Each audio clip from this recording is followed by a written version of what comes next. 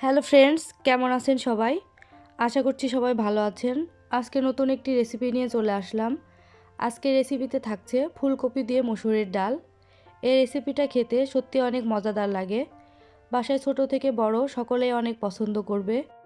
ভিডিওটা প্রথম থেকে শেষ পর্যন্ত দেখলে আশা করছি আপনাদের ভালো লাগবে। তো চলুন কথা না বাড়িয়ে দেখে নেওয়া যাক মসুরের ডাল দিয়ে ফুলকপি রান্নাতে কি লাগছে। ফুলকপি। আমি এখানে 500 গ্রাম ফুলকপি নিয়েছি। ফুলকপিটা খুব ভালোভাবে ধুয়ে ফুলগুলো ছাড়িয়ে কেটে নিয়েছি গোটা জিরা, ঘি, হলুদ গুঁড়া, লাল মরিচ গুঁড়া, লবণ, জিরা গুঁড়া, পাঁচফোড়ন, তেজপাতা ও শুকনো মরিচ। আর কি লাগছে দেখিয়ে দিচ্ছি। আমি এখানে 1 বাটি মসুরের ডাল নিয়েছি। ডালটা খুব ভালোভাবে ধুয়ে 5 মিনিট ভিজিয়ে রেখেছিলাম।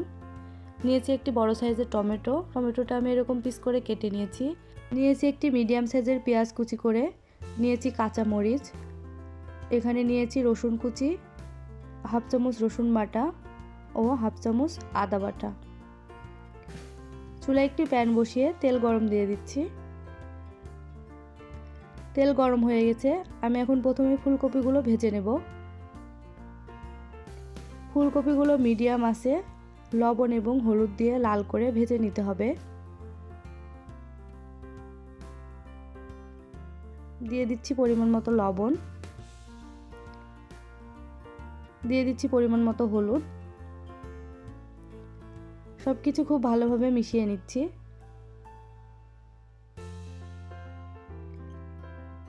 এখন একটি ঢাকনা দিয়ে ঢেকে দেব। ঢাকনা দিয়ে ঢেকে ফুলকপিগুলো ভাজলে ফুলকপিটা খুব তাড়াতাড়ি সিদ্ধ হয়ে যাবে এবং লাল করে ভাজা হয়ে যাবে।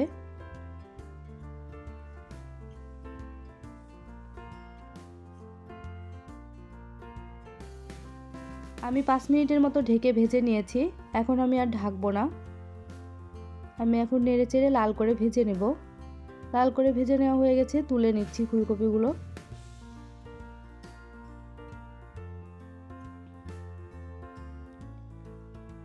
আমি একই প্যানে আবারও তেল দিয়ে দিচ্ছি। দিয়ে দিচ্ছি তেজপাতা, দিয়ে দিচ্ছি শুকনো মরিচ, দিয়ে দিচ্ছি পাঁচফোড়ন, দিয়ে দিচ্ছি গোটা জিরা। এখন সব কিছু কয়েক সেকেন্ডের মতো ভেজে নেব তেলের সাথে। 30 সেকেন্ডের মতো ভেজে নিয়েছি। এখন আমি রসুন কুচি দিয়ে দিচ্ছি। রসুন কুচিটা প্রথমে 1 মিনিটের মতো আমি ভেজে নেব। রসুন কুচি ভেজে নেওয়া হয়ে গেছে। এখন আমি পেঁয়াজগুলো দিয়ে দিচ্ছি। পেঁয়াজগুলো হালকা বাদামি করে ভেজে নিতে হবে।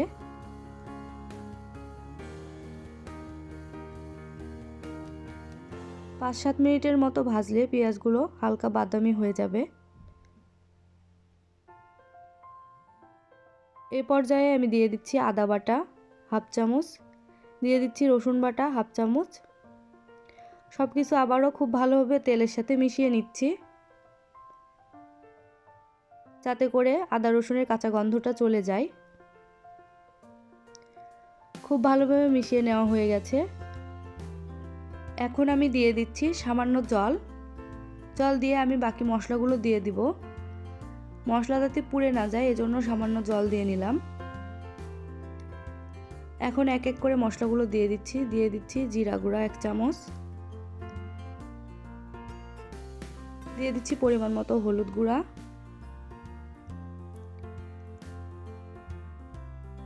দিয়ে দিচ্ছি লাল মরিচ গুঁড়া পরিমাণ মতো,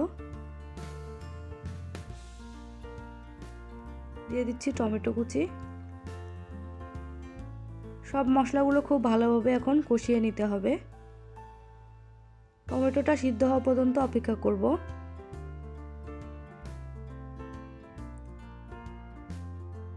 মশলাগুলো খুব ভালোভাবে কষিয়ে নেওয়া হয়ে গেছে। এখন আমি ডালগুলো দিয়ে দিচ্ছি। ডালটা দিয়ে মশলার সাথে 2-3 মিনিট কষিয়ে নেব।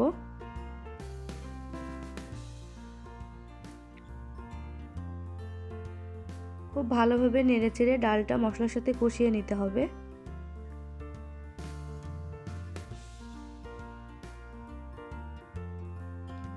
ডালটা খুব ভালোভাবে কষিয়ে নেওয়া হয়ে গেছে। এখন আমি জল দিয়ে দিব।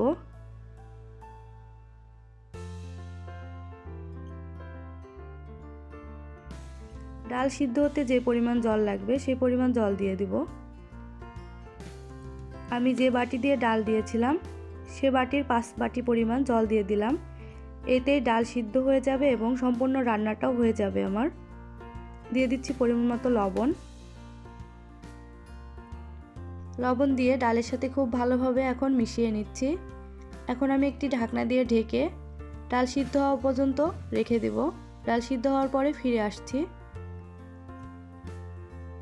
ঢাকনাটা খুলে নিচ্ছি।